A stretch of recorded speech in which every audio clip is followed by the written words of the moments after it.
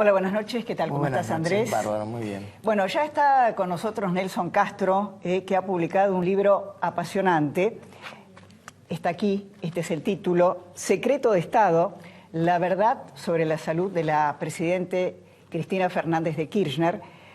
Pero antes, ya que lo tenemos acá, Néstor, a Nelson, no nos podemos evadir de lo que fue el dato político de la semana que fue el debate. Por supuesto, bueno, un gusto estar aquí. No, un placer tenerte con nosotros. Bueno, por supuesto, es el tema del cual estamos conversando todos y yo creo que fue el hecho más positivo de la campaña, ¿no? Digamos, una campaña realmente pobre que tuvo este hecho institucional superador para la democracia argentina, constructor de república, ¿no? Y es muy bueno que sacarlo vos el tema que tuviste tanto que ver con aquel primer debate que se intentó entre Angelos y Menem en aquel programa de Neustad. Sí. Yo creo que hemos dado un paso adelante notable y mirá vos lo que generó la segunda vuelta. Por supuesto que después, desde el análisis de los contenidos, bueno, ahí estamos, yo por supuesto tengo críticas, ¿no? En cuanto a lo que fue, porque me parece que fue un debate muy armado en cuanto a cosas muy estrictas, muy cerradas, muy diálogo de sordos, en donde lo que se buscaba era que cada uno dijera lo suyo, porque casi nadie le contestó al otro lo que preguntaba o lo que le endilgaba, ¿no? Y creo que faltaron además temas. Hubo temas concretos que no se tocaron como tales. Por ejemplo, nosotros lo decíamos en el último programa, el tema de política exterior estuvo ausente. Sí, claro, absolutamente. Lo único que apareció fue el tema de Venezuela y el memorándum de la AMIA. A mí me pareció que faltó eso, faltó el tema de la corrupción, faltó el tema de la economía. El tema de la corrupción no les debe haber interesado a ninguno de los dos, me parece, ¿no? ¿O no? Es un tema que los incomoda. Que los incomoda a todos. Imagínate, ¿no es cierto? A toda la dirigencia política en general. En general, ¿no es cierto? No, porque hay mucha gente honesta, pero bueno, los dos tienen en el placar cosas que le molestan, ¿no es cierto? Scioli, por supuesto, todo lo que hace a las denuncias de corrupción del kirchnerismo, lo que ha sido Macri con el caso Niembro, que indiscutiblemente los incomodó. Creo que hubiera sido interesante escucharlo, la gente quería escucharlo sobre el tema de inseguridad, más allá de los ataques, qué iba a hacer cada uno, ¿no? Y el tema de las medidas económicas, ahí el que más avanzó fue un poco Macri respecto a eso, pero no mucho en cuanto a decir, bueno, vamos a hacer esto, tomar esta medida, la otra y demás. Yo creo que esas son cosas que para un próximo debate deberá decirse, mire, hay que hablar de las cosas concretas, ¿no es cierto?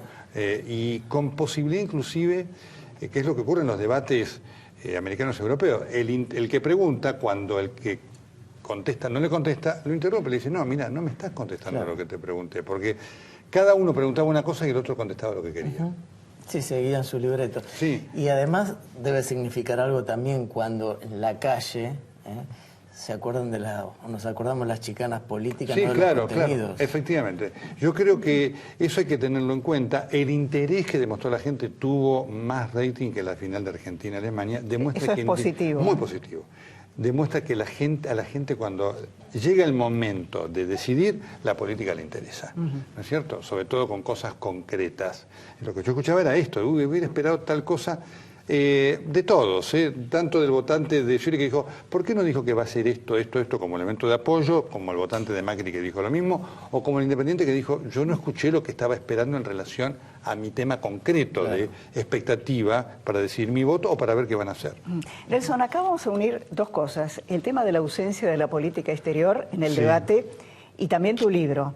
Yo quiero que escuches unos segundos un momento de la Presidenta de la Nación en su último discurso de las Naciones Unidas, hablando sobre el ISIS. ¿Lo vemos? Por favor. Ahora es el ISIS, este nuevo engendro que ha aparecido terrorista, degollando gente por televisión en verdaderas puestas en escena, que uno se pregunta cómo, desde dónde, porque permítanme, me he tornado absolutamente desconfiada de todo. Bueno, el ISIS no es la primera vez que lo decía, un montaje hollywoodense, dijo. Bueno, un disparate. Yo creo que forma parte... ¿Viste cuando yo hablo del síndrome de Ubris? Sí. Que ha generado tanta polémica y demás. Bueno, este es un ejemplo, ¿no es cierto? Uno de los síntomas del síndrome de Ubris es que el poderoso cree que la realidad es como él imagina que es. Este es un ejemplo. La presidenta imagina que ISIS es un invento de Hollywood, no sé, le faltó decir de cualquiera, de Magneto, de no sé quién. De Spielberg, dijo en algún momento. De Spielberg, Sí, totalmente. sí. Verdadero disparate que demuestra lo que nosotros describimos. Esto tiene este fundamento.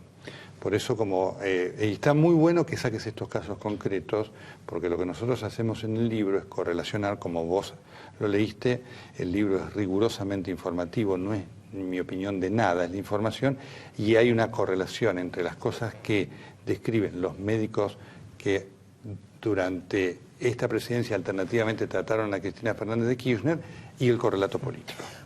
Ustedes certifican en el libro que es bipolar, a pesar de que ella dice que sí, no. no lo certifico yo, lo certifican los médicos que la trataron. Esto es un elemento importante que quiero marcar. Nada de lo que hay ahí es una certificación mía. Ese es un libro periodístico, como lo podrías hacer vos o vos, hablando con los protagonistas. Quienes hablan allí son los protagonistas médicos que atendieron a la Presidenta de la República. En el caso de la bipolaridad, nosotros quisimos hacer el reconocimiento a quien investigó este tema periodísticamente en principio, que fue Franco Lidner, y él lo hizo con mucha categoría, identificando al médico.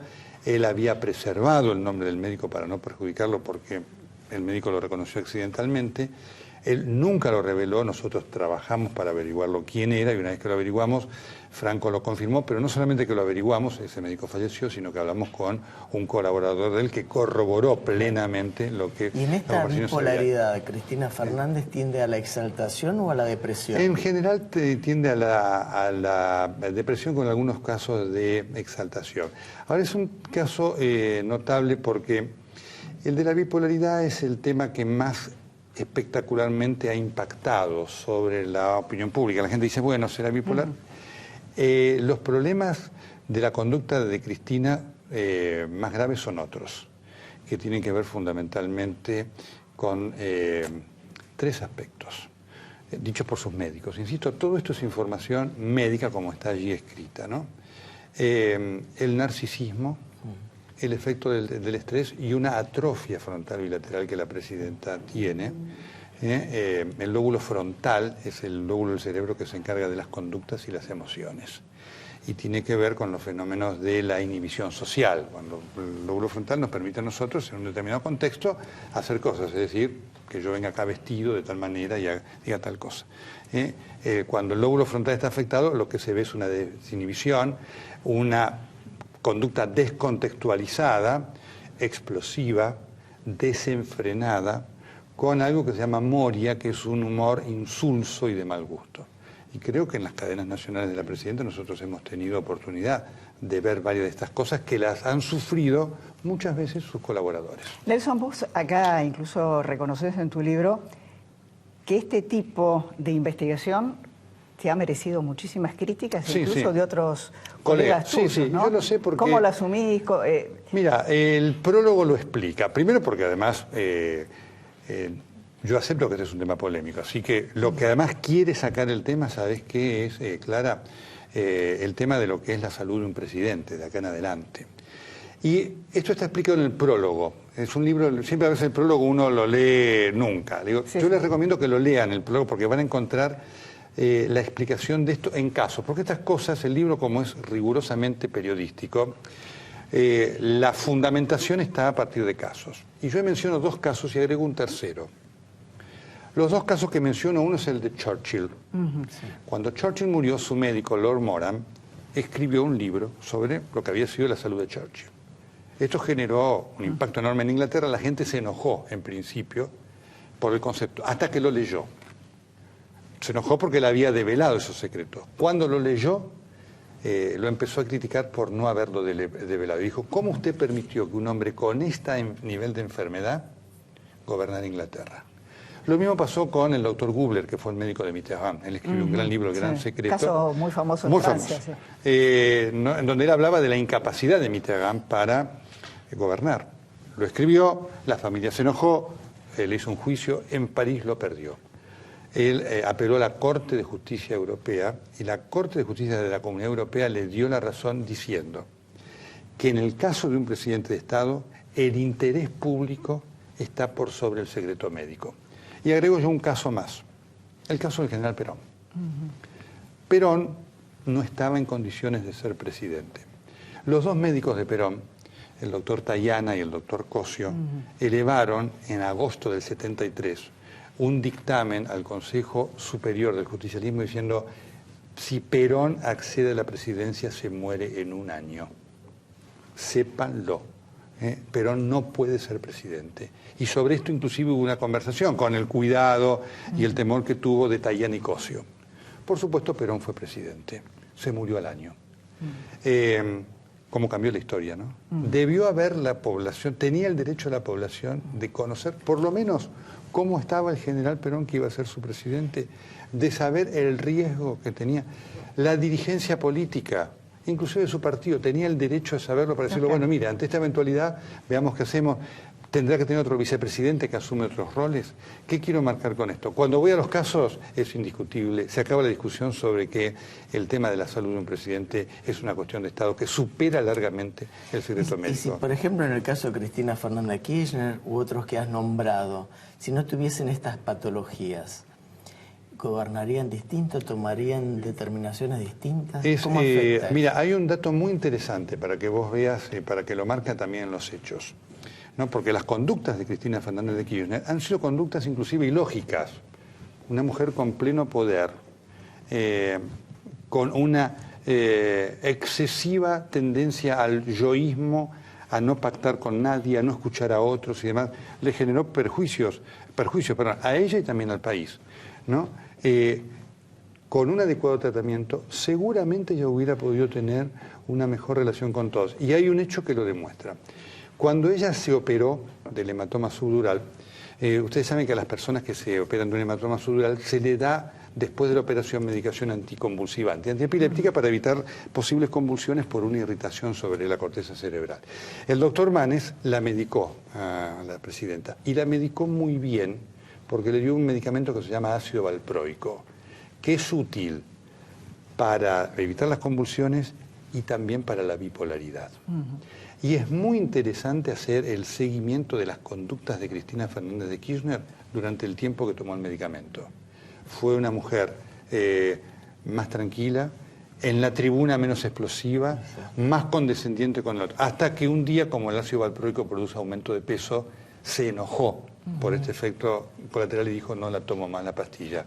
¿Cuándo ocurrió eso? En los días previos al fallo del juez Gris en los Estados Unidos y finalización de la negociación con los holdouts. Pocos días antes, y este es un tema que muchos dicen estaba con la medicación, la presidenta había habilitado la negociación para terminar el juicio.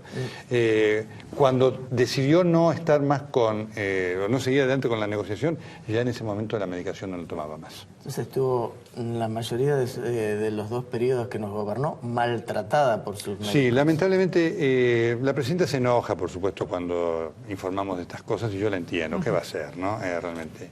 Yo le deseo a la presidenta que pueda, que en su futuro en el llano pueda estar mejor tratada de lo que estuvo. Mira, la presidenta tuvo una operación de tiroides absolutamente inútil, con lo que constituyó un verdadero papelón para la medicina argentina. Pero no solamente que le sacaron la tiroides, le sacaron los ganglios linfáticos de la zona, que son un factor de defensa importante.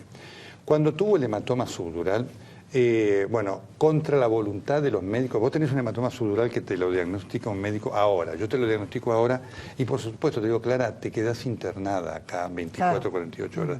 La presidenta se fue a su casa porque no aguantaba estar en la Fundación Favaloro. Tomó riesgos. Tomó riesgos que al otro día generaron una interconsulta, y así tantas otras cosas, ¿no es cierto? Yo no sé si la presidenta está informada acerca de su patología frontal, y de corazón le digo: espero que pueda acceder a esta información para encontrar el médico que no ha tenido, el médico de confianza, no porque no haya tenido médicos competentes, sino porque la unidad médica presidencial, que es la que ha estado a cargo del manejo médico, se ha regido bajo el miedo. Ningún médico puede ejercer buena medicina cuando a su paciente le tiene miedo. Ahora, para llegar a toda esta información, tuviste que acceder a fuentes médicas directas, sí, ¿no? Fue muy difícil, muy complejo. Por supuesto que hubo que trabajar mucho hasta que, obviamente, todos entendieron que tenían este deber, ¿no es cierto? Y el libro es profuso en nombres, solo tiene algunos casos muy específicos de, de cuidado de las fuentes, porque tienen que ver con cosas casi de uno a uno. Pero la mayoría de los médicos hablaron, porque entendieron esto y porque comprendieron el significado político de la salud del presidente o de la presidenta a la cual ellos debieron tratar. Quedé pensando por una de las respuestas anteriores tuyas, y si bien la ventana de tiempo es muy amplia, pero Evita también fue maltratada por supuesto. Médicos. Evita, todo esto, hay una saga, la Argentina tiene una saga trágica de casos en el poder, ¿no es cierto? Evita pudo haber tenido una chance de no morir. Fue cuando el doctor Ivanišević tímidamente le dijo que tenía que hacerse estudios por una enfermedad similar a de la madre. La madre había tenido un cáncer de cuello uterino. Evita se enojó, le dio un carterazo, le dijo que la querían sacar del poder, y Ivanišević, que era el ministro de Educación, renunció a los pocos días. En ese momento, Evita firmó su condena a muerte. Es decir, que hay también resistencia por parte de la gente que está en el poder a... Todos. Es decir, todos. Los que están alrededor no se le atreven a, todos. a decir la Cuesta verdad. mucho, realmente. Obviamente, porque una salud disminuida de un poderoso afecta su poder. Esto es indiscutible. Lo que no termina de darse cuenta es que esto, tiene consecuencias para él y para otros. Insisto, esto es un fenómeno en el mundo. En el caso, en los Estados Unidos está el famoso caso del presidente Woodrow Wilson, que tuvo una hemiplegia, quedó afásico, no podía hablar, y entonces, con complicidad de su médico, su esposa, durante 8 meses, lo tuvo encerrado en su habitación, y está demostrado que firmaba ella los partes diciendo el presidente dice tal cosa y demás, respaldada por el médico que decía el presidente está en perfectas condiciones físicas y demás. Es un problema del poder en todo el mundo. Nelson, ¿vos crees que a partir de estas investigaciones se podrá cambiar un poco en el sentido de que el tema de la salud es un tema público también? Por supuesto. Mira, en los Estados Unidos los candidatos a presidente tienen que entregar una ficha médica. Y siempre recuerdo de los últimos relevantes, la campaña más intensa fue la de John McCain. McCain había sufrido un melanoma, que es un cáncer, un tumor maligno de la piel. Y por supuesto, durante toda la presidencia él debió entregar su historia clínica. Y en cada una de las entrevistas, los periodistas le preguntaron, usted sufre un melanoma, el melanoma tiene tantas posibilidades de repetirse y lo pone usted en riesgo de muerte y demás. Y por supuesto él debió contestar todo eso sin inmutarse, sin molestarse. Es impensable eso acá todavía. Porque el tema de la información pública... Yo aspiro que cambiemos en este sentido esta metodología y esta concepción del poder. Insisto, primero por la persona. El libro incluye un capítulo sobre Néstor Kirchner. Y Néstor Kirchner también fue un enfermo del poder. Y de haber tenido una actitud distinta, pudo haber tenido una chance mejor de vida que, por supuesto, su omnipotencia le hizo perder. En 30 segundos, porque ya nos están haciendo señas. ¿El domingo qué esperás? Que vaya mucha gente a votar. Y gane quien ganare, la Argentina cambió. Digamos, vamos a una Argentina en donde nadie va a tener el poder absoluto, ni Scioli ni Macri. Y eso es algo bienvenido, es un mensaje que mandó la sociedad que espero que la dirigencia interprete para que recomencemos un camino de convivencia en democracia que tenemos que reganar. Porque además la democracia es diversidad. Sin diversidad no hay democracia. Tenemos que reganar nosotros el concepto de la Argentina del uno y del otro, no del uno o del otro. Nelson, muchísimas gracias. A ustedes, gracias.